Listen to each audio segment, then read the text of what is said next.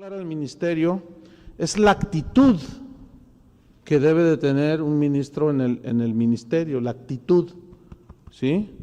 Es una condición interna y está en el versículo 24, Colosenses 1:24, ahí está la actitud.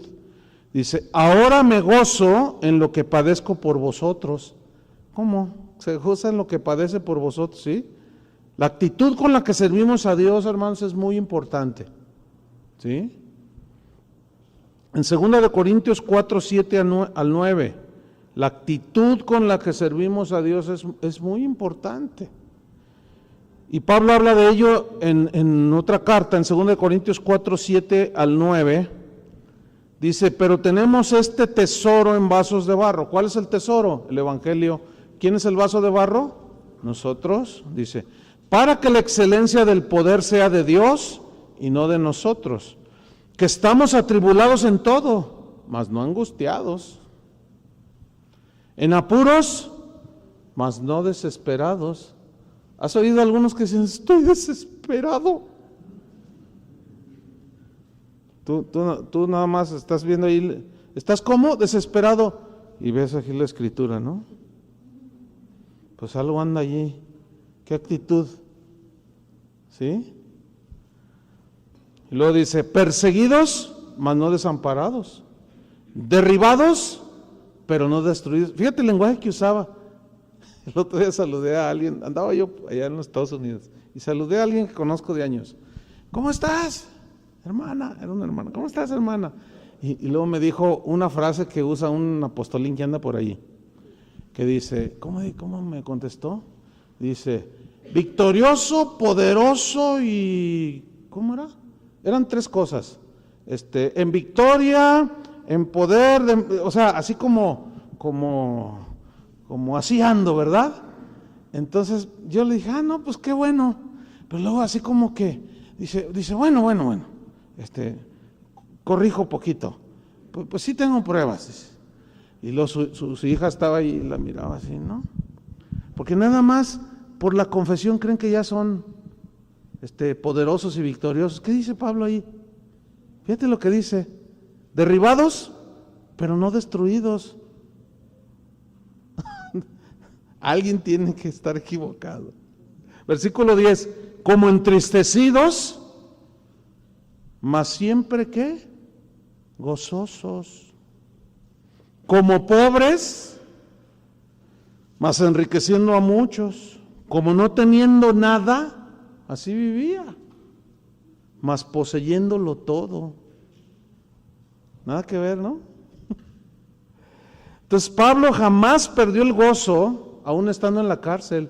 Y esa actitud es muy importante, hermanos. Él estaba en la cárcel cuando escribió la mayoría de las cartas del Nuevo Testamento. Estaba en la cárcel. ¿Qué harías tú si estuvieras por Cristo en la cárcel?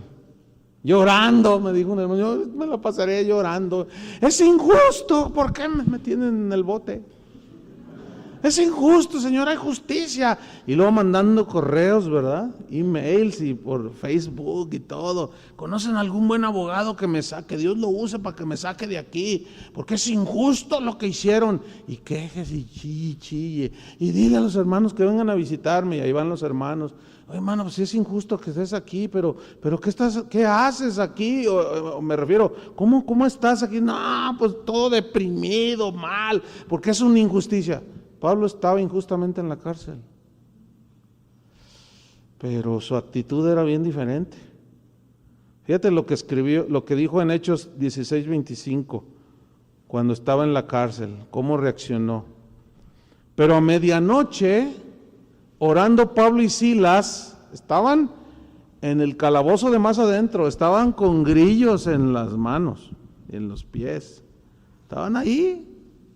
Y dice, pero a medianoche, orando Pablo y Silas, ¿qué hacían? Cantaban himnos a Dios y los presos los oían. Qué tremendo ese apóstol, ¿no? Por eso él hablaba del poder que actúa en nosotros y en mí, dice, bien tremendo. Pero ¿en base a qué? A que su llamamiento era de Dios. Sabía que él tenía que tener una buena actitud. Jamás perdió la certeza de que Dios tenía su vida bajo control. ¿Por qué? Porque conocía las verdades de Dios. ¿Sí? Y pasara lo que pasara, él estaba allí.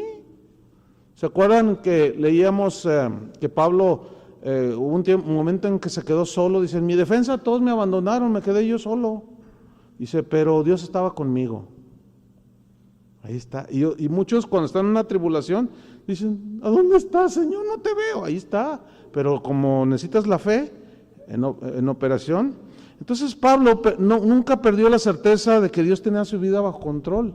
Romanos 8:28. Por eso él fue el que escribió, sabemos que los que aman a Dios, ¿qué? Todas las cosas les ayudan a bien. Esto es, a los que conforme a su propósito son llamados.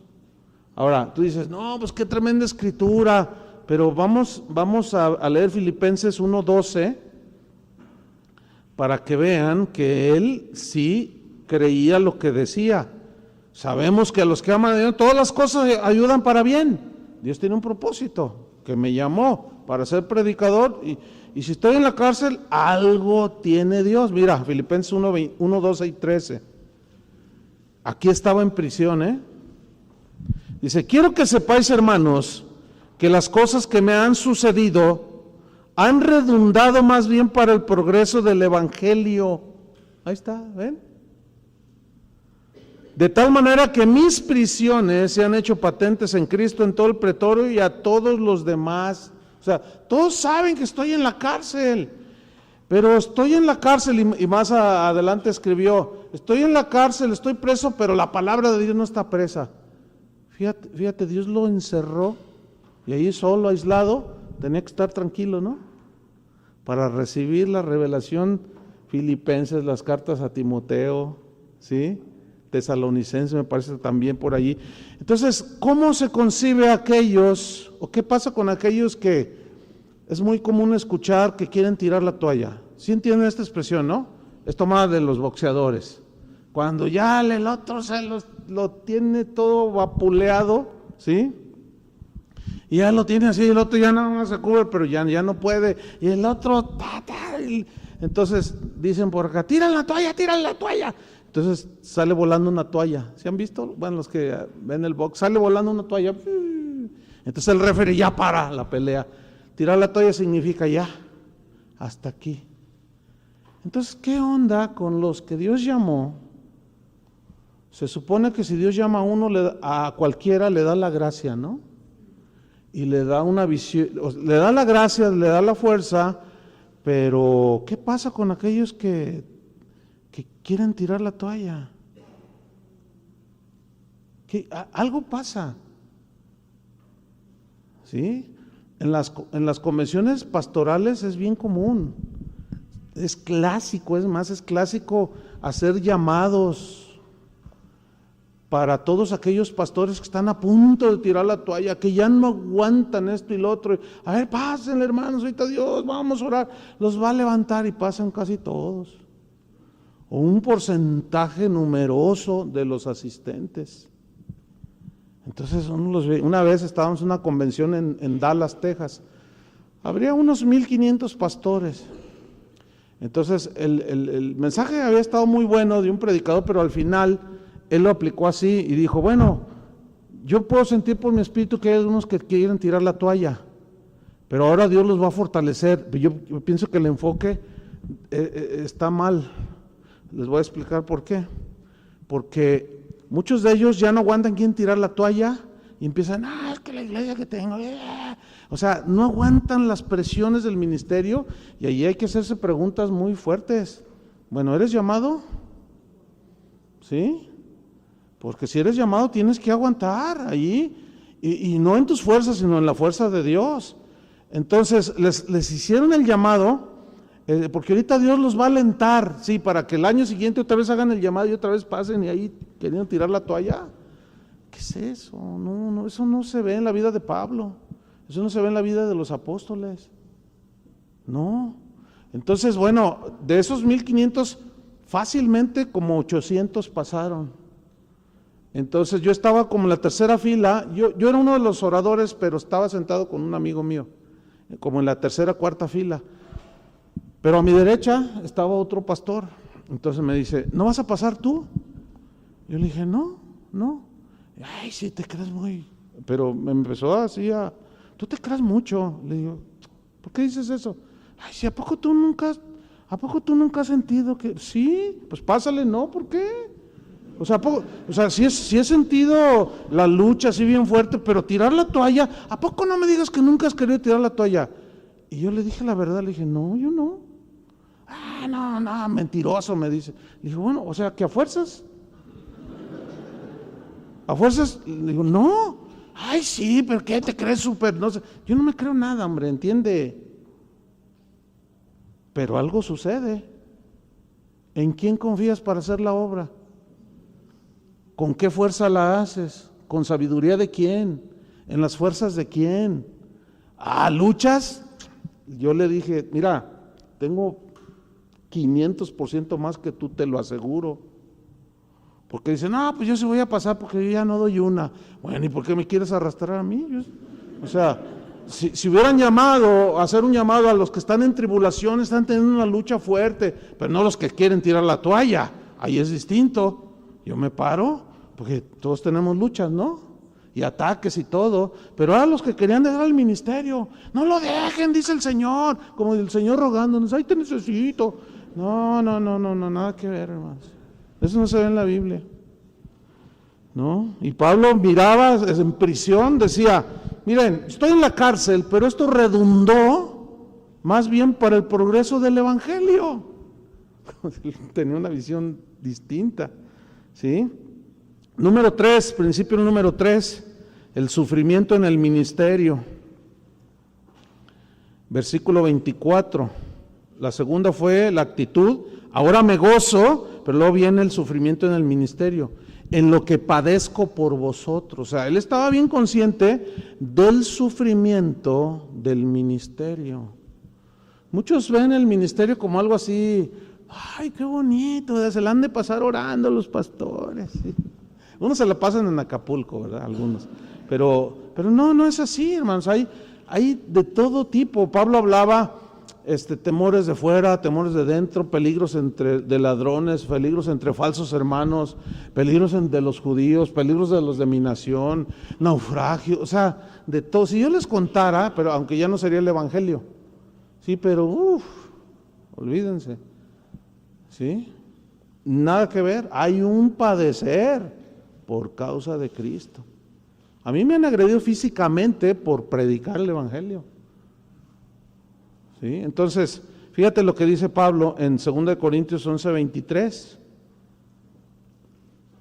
2 Corintios 11:23. Aquí lo dice, son ministros de Cristo, refiriéndose a falsos apóstoles que lo acusaban a Pablo. Dice, son ministros de Cristo, o sea, refiriéndose a esos falsos, como si estuviera loco hablo, Pues yo más, decía Pablo, en trabajos más abundante, en azotes sin número, en cárceles más, en peligros de muerte muchas veces. De los judíos 5 veces he recibido 40 azotes menos 1, porque la ley decía 39. 3 veces he sido azotado con varas, 1 vez apedreado. 3 veces he padecido naufragio, 1 noche y 1 día he estado como náufrago en alta mar.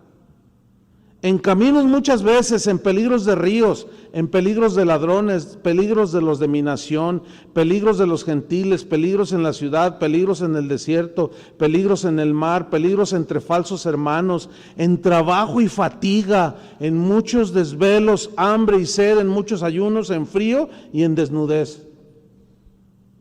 ¿Y de qué hablan hoy los apóstoles modernos? Somos dignos de la mejor casa del barrio. Nada que ver. Y luego si tienen una tribulación, no reprenda al diablo, no acepte eso. Usted tiene autoridad.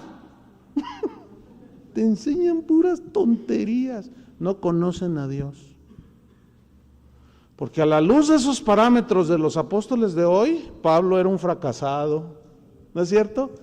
Ese no tiene fe, mira, hasta los de su nación. Yo tengo autoridad y yo establezco. Y yo gobierno mis circunstancias. Cálmate, Diosito. Nada que ver. Ahora, hay una frase interesante en el versículo 24.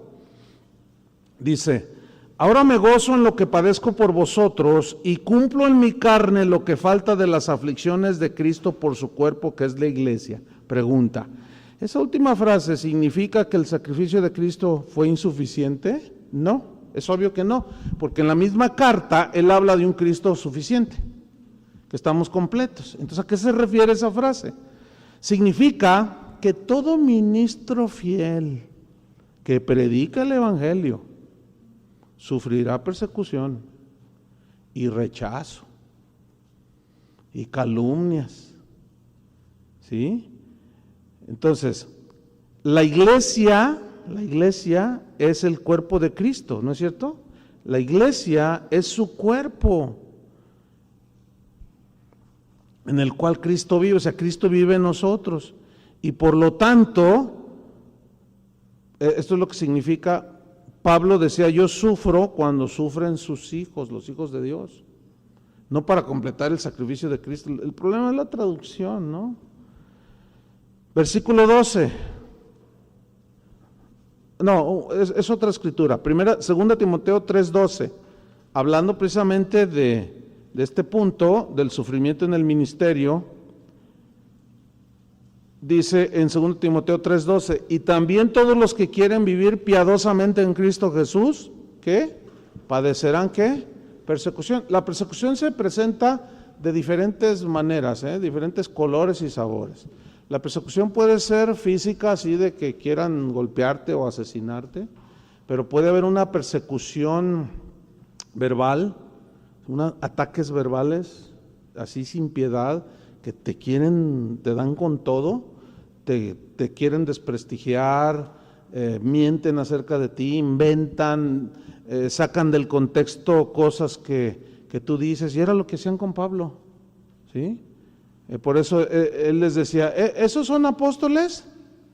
¿Esos son apóstoles? Yo soy más, dice, porque esos son los que los tranzan a ustedes.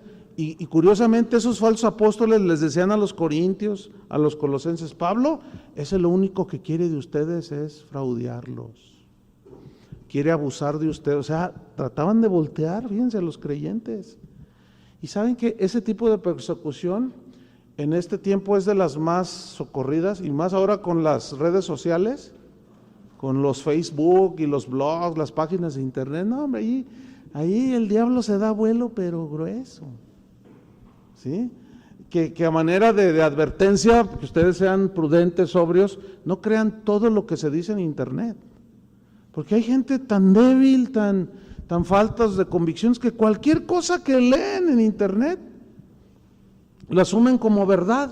Ahora que estaba allá en Houston, salió por ahí en una página de un ministro muy conocido, muy famoso, que supuestamente había renunciado. Entonces me dijeron: oiga, pastor, ya leyó que fulano de tal ya no es el pastor de tal iglesia, una iglesia muy conocida en los Estados Unidos. Y yo le dije: ¿de dónde sacas eso? Ahí en unas páginas, ya está circulando en la red. Le dije: mira, ten mucho cuidado, no creas a todo lo que se oye. Y pues es que yo lo conozco. Mejor pregúntale a él, pregúntale directamente. Y estando ahí en la misma ciudad de Houston, empezaron ellos a indagar y a preguntar: no, pastor, era un rumor. Yo le dije: tú ya lo estabas dando por un hecho, No, entonces hay que ser muy, muy cuidadosos, porque el diablo ahí se da vuelo. Entonces, si tú quieres vivir piadosamente en Cristo, ¿qué significa vivir piadosamente en Cristo? Obedeciéndole, sometiéndote a Él, viviendo su palabra, etcétera. Te van a tachar de todo, te van a tachar de, quieres caminar en santidad, te van a decir legalista, porque repruebas prácticas mundanas que se han metido a la iglesia. Entonces, eres un legalista, eres muy exagerado. No, ¿y qué con la gracia? No, lo que pasa es que tú no sé cuánto, y te empiezan y te dicen pero número 4, estamos hablando de la visión clara que tenía Pablo del ministerio, la predicación en el ministerio. Mira el entendimiento que Pablo tenía al respecto, acerca de la predicación en el ministerio. Colosenses 1:25. En el 24 dice que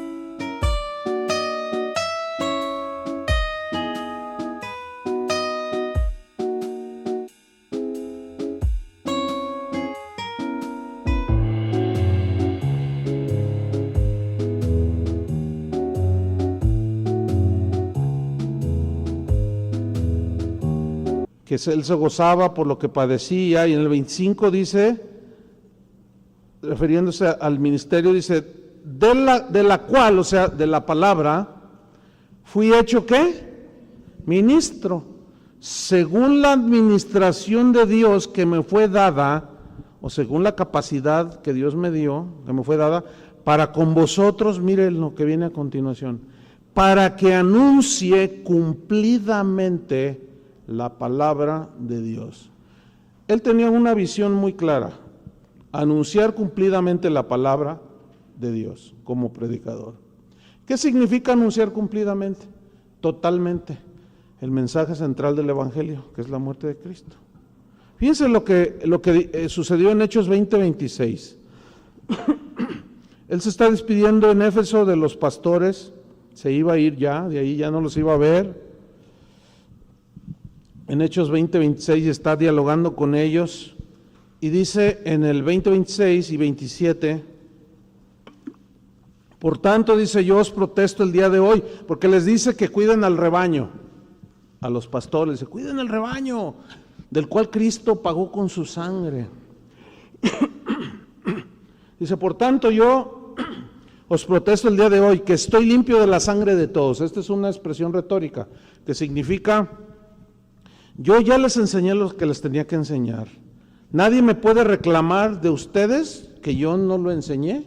No le enseñé la palabra de Dios, no le enseñé el Evangelio, o los engañé. Estoy limpio de la sangre de cualquiera de ustedes. Nadie me puede acusar. Yo cumplí mi ministerio en ese sentido. Y luego dice el 27, porque, aquí está la razón de por qué está limpio de la sangre de todos los pastores que lo estaban oyendo allí. Porque no he rehuido anunciaros todo el consejo de Dios. No he rehuido, rehuido es, no lo he evitado hablarles de todo el consejo, toda la verdad de Dios acerca de Cristo. Y hoy se escuchan un montón de predicadores diciendo, no prediques cosas que traigan así controversia, porque eso trae desunidad, trae división en la iglesia. Mejor, mira, llévatela tranquila, háblales del amor, diles que Dios los ama y que no sé cuánto, pero no hables de que, mira, cuando prediques no menciones al infierno, porque no se asustan, no. Uy, en los Estados Unidos ya está poniendo cada vez más grueso, porque allá si tú dices algo contra los homosexuales ya te pueden demandar. Los pastores allá tienen que tener una póliza de seguros contra demandas. Fíjate nomás. ¿Sí? Un amigo mío que vive en Europa, bueno, un pastor que estuvo aquí, que está allá en Estocolmo, en Suecia, que hay una casa de oración allá, me comentaba de eso, que un pastor ahorita está en la cárcel, porque salió a la calle a predicar, dice, mira, allá Sodoma y Gomorra le queda cortito. Dice, los hombres las más, sí, abiertamente, dice, una cosa espantosa, dice.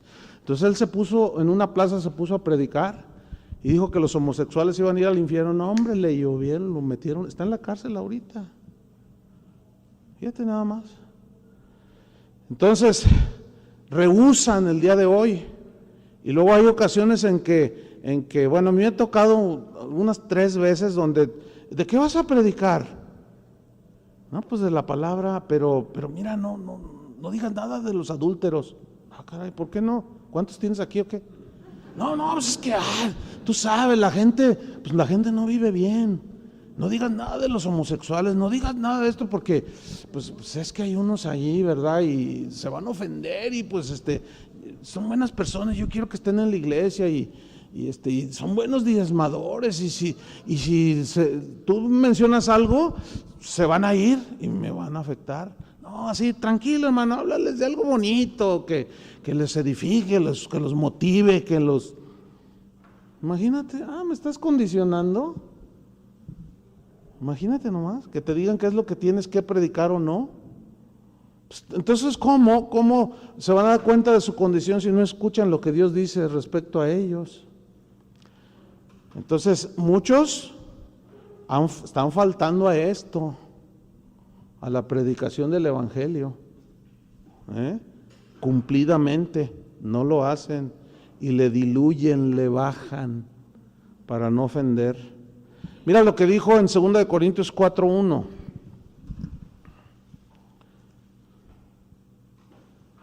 2 Corintios 4:1, hablando precisamente de la predicación, dice: por lo cual,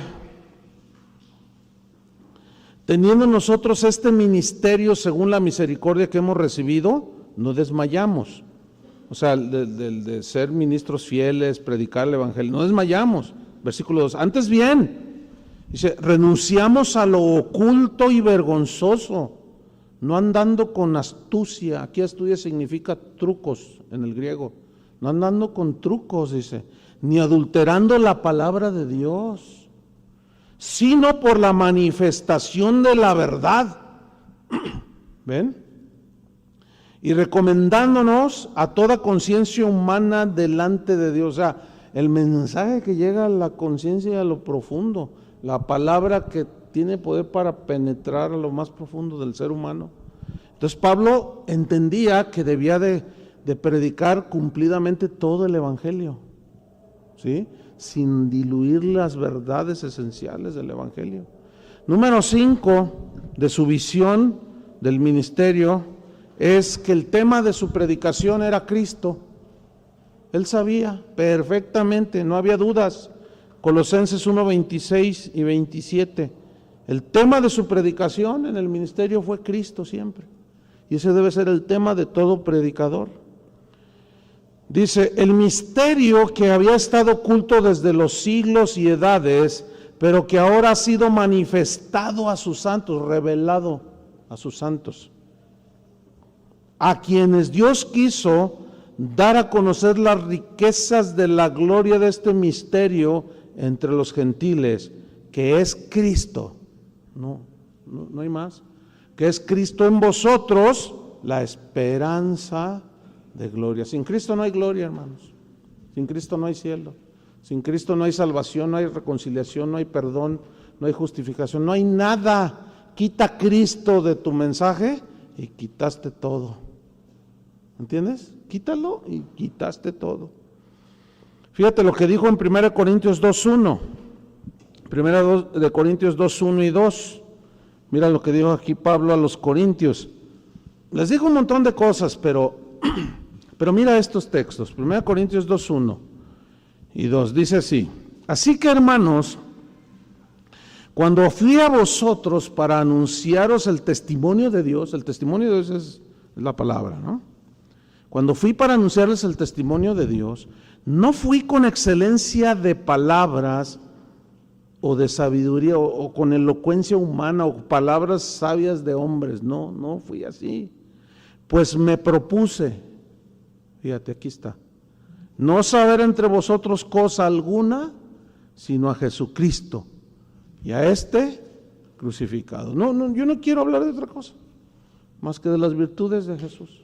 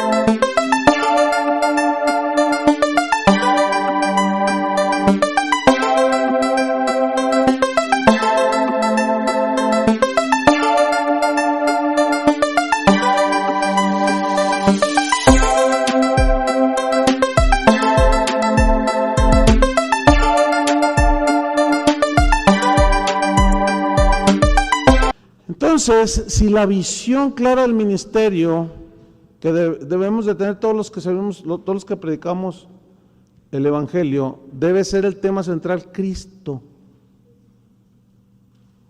Cristo. ¿Lo alcanzan a ver? Jesús. Entonces, ¿dónde quedan? Escuchen bien. Esas reuniones donde traen a alguien para que dé su testimonio.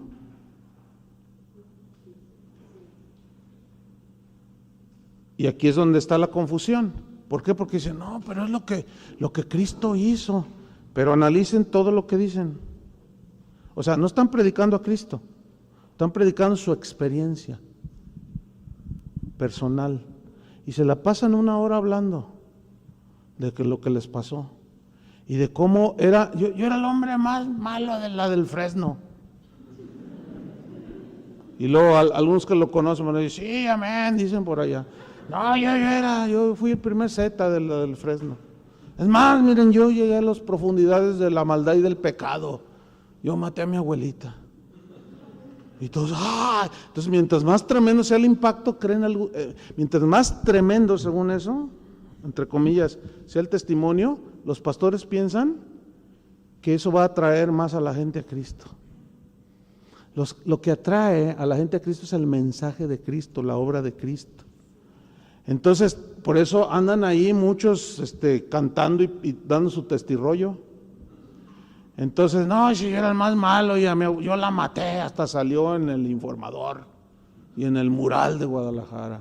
Pero no solo la maté, la corté en pedacitos y todos, ¡ay, qué terrible! Y la guardé en bolsitas y la metí al congelador. Y no solo la corté en pedacitos a mi abuelita, y entonces hace el bigote así, ¿no? Sino me la comí. Y todo, ¡ah! Y así todo es el testimonio de que, pero Dios tuvo misericordia de mí. Amén, gloria a Dios. ¿Quién quiere recibir a Cristo, hermanos? Dicen. A ver, ¿cómo les va a dar conciencia de pecado si lo único que hallaron, pues, lo único que escucharon fue un testimonio? ¿Saben que Pablo no andaba contando su testimonio? Él se vio obligado a hablar de su experiencia cuando se fue al tercer cielo. Y ustedes me obligaron, porque los falsos apóstoles decían, no, ese Pablo no tiene experiencias espirituales. Ese Pablo no, ese nada más anda allí, que bla, bla, bla, bla, que no sé qué. Y dice, no, ustedes me están forzando, ¿sí? En cuanto a visiones y revelaciones, ok, ustedes me están forzando, parezco loco. Pero ahí les va, yo conozco un hombre. Pero él se vio forzado. Él no andaba por todos lados predicando o hablando de su testimonio. Y vieran que casi diario me llegan, hoy me llegaba un par, hermano, mire, yo tengo un testimonio bien poderoso. Es que fui sicario de no sé qué. Déjeme dar mi testimonio allí. No. Pues, ¿cómo? ¿Para qué? Mejor predícales de Cristo. Por eso Pablo decía eso, él tenía una visión muy clara. ¿Sí? Dice, yo no quiero saber otra cosa, yo no quiero andar hablando palabras de hombres, cosas de... No, yo me propuse no saber otra cosa más que a Jesucristo. ¿Y a cómo? Crucificado. En la predicación del Evangelio puedes ilustrar, que es diferente. ¿Sí? Puedes ilustrar con ilustraciones personales. Cuando tú estás predicando, estás hablando de la gracia de Dios, como decía Pablo, la gracia de Dios actúa en mí poderosamente. Tú puedes estar hablando de Jesús e ilustrar con alguna experiencia tuya, pero eso es distinto. ¿Por qué? Porque está la palabra encima, ¿sí? de una experiencia personal, que las experiencias personales son subjetivas. La verdad de Dios es objetiva. Eso es lo que la gente necesita oír, el Evangelio, no tu experiencia. Si tú te fijas, los seres humanos, nosotros, los creyentes, somos muy dados a tratar como de repetir las experiencias personales.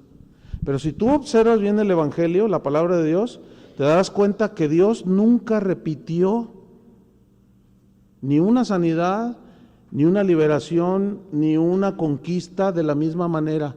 No hay dos casos iguales. ¿Cuántas veces se pasó el Mar Rojo? Una. ¿Cuántas veces se dieron 7 vueltas alrededor de una ciudad y cayeron al grito? ¿Cuántas? Una.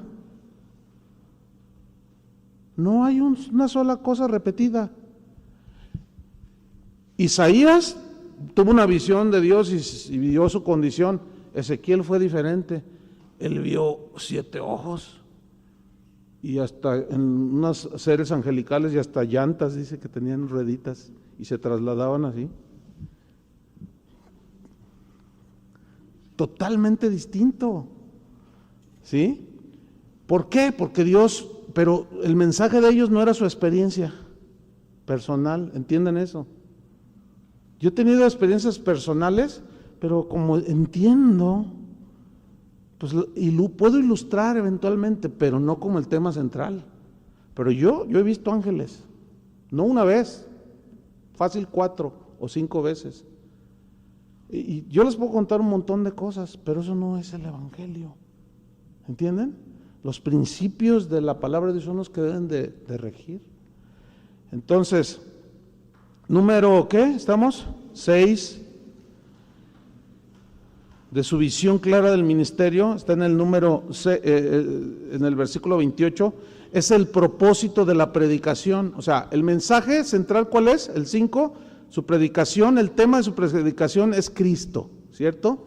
Ahora, ¿cuál es él sabía el propósito de la predicación, que es el número 6, versículo 28. Aquí él habla de los propósitos de la predicación en el ministerio.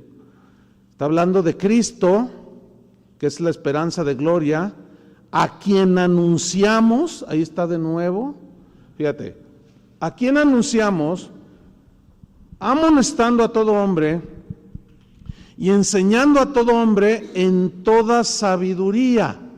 Fíjate, él hacía 3 cosas aquí: anunciar, amonestar y enseñar. ¿Lo ven ahí en el versículo 28?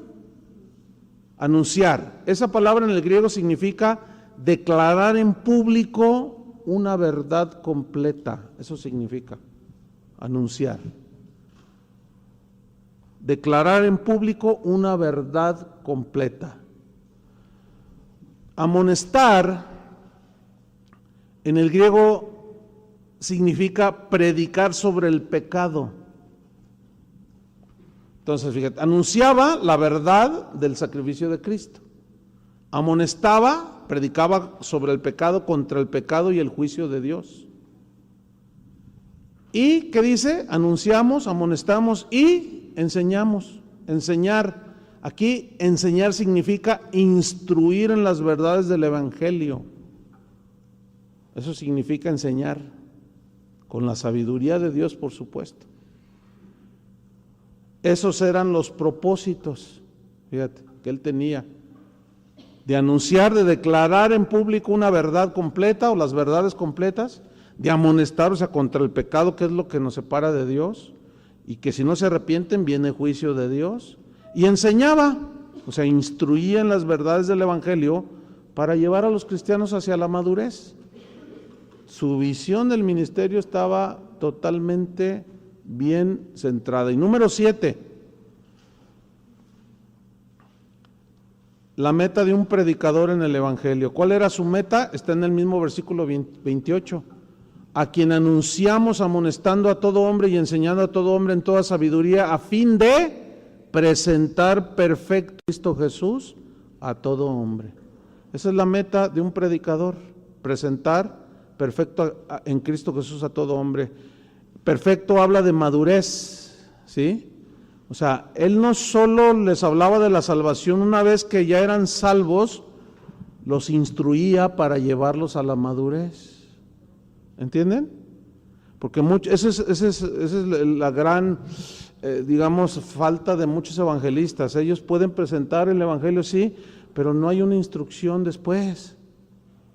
¿Entienden? La gente no sigue ese discipulado, esa instrucción.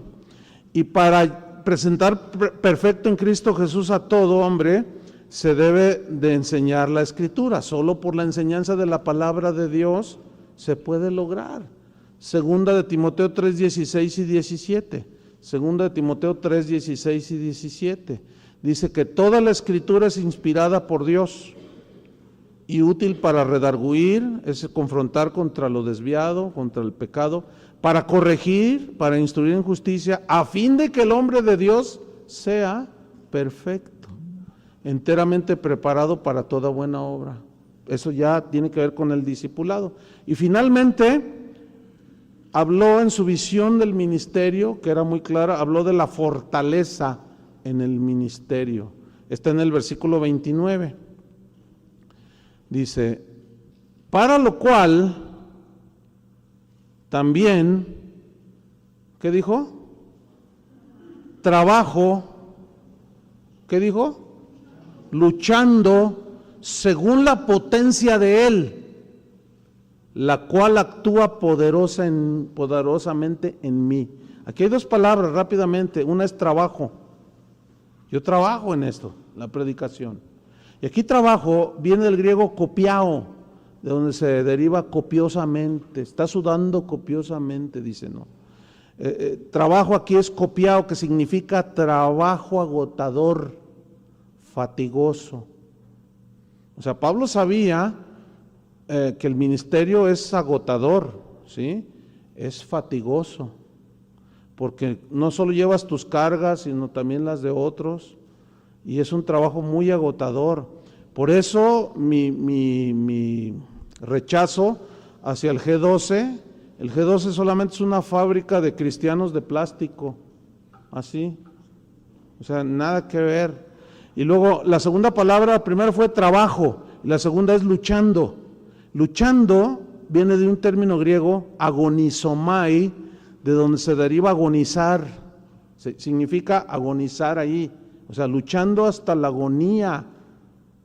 O sea, hasta que ya siento que no tengo nada de fuerzas, ¿sí?, para lograr algo. Pero, fíjense, el verdadero éxito en el ministerio viene trabajando fatigosamente, con esfuerzo máximo, pero no en nuestras fuerzas. O sea, se cansa uno porque pues, somos humanos, pero como la carga es más espiritual que física, la lucha en realidad es de fortaleza y de fuerza espiritual. Pero esa fuerza no es en las fuerzas nuestras, sino en las de Dios, en la de Dios. Porque Él lo dice al final del versículo, según la potencia de Él. O sea, yo trabajo, lucho, según la potencia de Él. Y luego mira lo que dice, la cual actúa poderosamente en mí. Oye, ¿de dónde sacaba tanta fuerza? A veces me preguntan, ¿y cómo le haces? Hay pastores que me preguntan, ¿y cómo le haces para pastorear y la gente, tanta gente? Le digo, la gracia de Dios, o sea, es la fuerza de Dios. No, pero ¿cómo le haces? Pues con la fuerza de Dios. ¿Pero cómo? Con la fuerza de Dios. ¿Pero cómo? Entonces es algo que tú tienes que aprender. Con la gracia de Dios, con la visión de Dios, con la confianza en Dios. A eso se refería Pablo cuando le dijo a Timoteo, esfuérzate en la gracia. Esfuérzate en la gracia que es en Cristo Jesús. Fíjate, esfuérzate, es un esfuerzo. En la gracia, significa en la capacidad que Dios tiene, ¿sí? En la capacidad que Dios te da para hacer el ministerio, no en tus fuerzas, no la vas a hacer, te vas a morir, Timoteo, antes de tiempo. Es en la fuerza de Dios. Por eso Pablo decía, yo sembré, Apolo regó, pero el crecimiento lo da el Señor. Él lo sabía perfectamente. Y escriban, para terminar, 1 Corintios 15:10. 1 Corintios 15:10 dijo, pero por la gracia de Dios soy lo que soy, y su gracia no ha sido en vano para conmigo. Antes he trabajado más que todos ellos, pero no yo, sino la gracia de Dios conmigo. Así es que toda la fuerza del poder está a nuestro favor. Amén.